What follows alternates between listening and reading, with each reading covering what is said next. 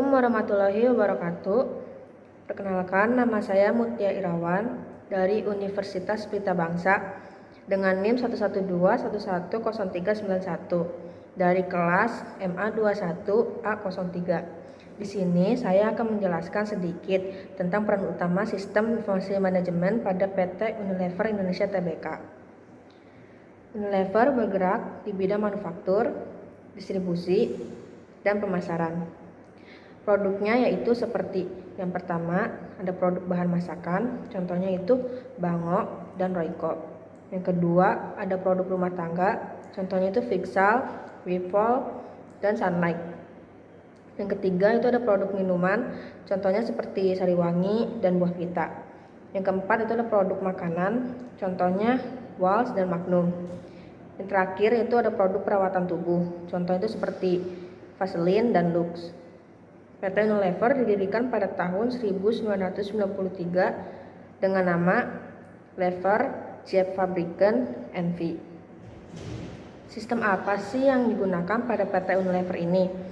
Nah, jadi di Unilever itu menerapkan dua sistem, yaitu yang pertama ada ERP atau Enterprise Resource Planning. Untuk Enterprise Resource Planning ini, Unilever menggunakan SAP R3. ERP adalah sebuah software sistem informasi yang bertujuan untuk mengintegrasikan beragam proses bisnis menjadi satu, sehingga proses bisnis pun menjadi lebih efisien untuk diolah dan digunakan. SAP R3 di Unilever memiliki modul-modul, yaitu yang pertama ada Production Planning untuk perencanaan produk, yang kedua ada Warehouse Management untuk mengatur kebutuhan guna perusahaan. Yang ketiga ada Finance and Controlling untuk mengatur mindset perusahaan. Yang keempat ada Human Resource Management untuk mengatur sumber daya manusia perusahaan. Yang kelima ada Business Warehouse untuk mengelola bisnis pada warehouse. Nah, keuntungan ERP ini yaitu ada 3. Yang pertama itu semua modul sudah terintegrasi satu sama lain, sehingga meningkatkan efisiensi sistem dan kinerja perusahaan secara keseluruhan. Yang kedua itu meminimalisir stok produk dan pemborosan produk. Yang ketiga itu ada SAP R3, sudah meliputi seluruh proses IT yang dibutuhkan pada bidang manufaktur, perencanaan, logistik, finansial, dan pelaporan. Nah, yang kedua itu ada Business AI. BI atau Business AI adalah sebuah business analytics tool yang membantu dalam pengaksesan, pengolahan, pengvisualisasian, dan pembuatan report data perusahaan. Keuntungan BI yang pertama itu ada mempermudah akses dan pengolahan data. Yang kedua itu ada mempercepat akses dan pengolahan data. Yang ketiga itu memungkinkan pembuatan visualisasi data dan report yang memudahkan pihak perusahaan untuk memahami data. Strategi atau metode sistem informasi pada PT Unilever. Yang pertama itu ada CRM, Customer Relationship Management.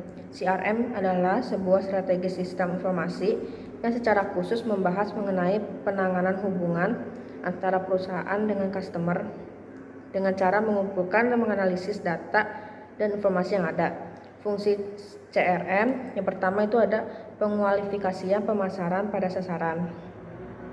Yang kedua, penjadwalan serta penelusuran surat pemasaran.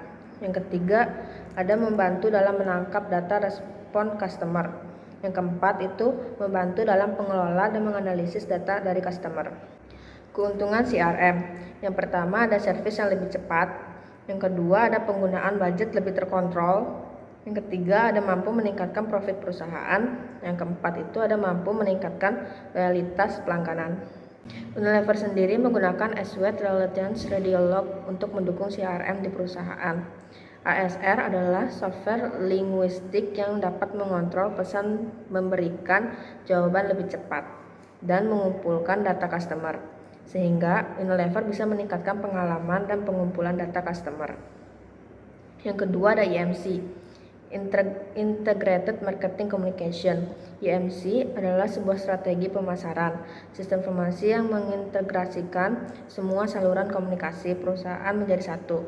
Tujuan IMC, Tujuan strategi MC adalah untuk memaksimalkan penyampaian pesan atau brand value yang jelas, konsisten, dan memiliki dampak yang besar untuk customer. Sebagai salah satu perusahaan manufaktur di Indonesia, PT Unilever Indonesia Tbk telah menerapkan sistem informasi untuk menunjang kinerja perusahaan. Sekian penjelasan dari saya. Terima kasih. Wassalamualaikum warahmatullahi wabarakatuh.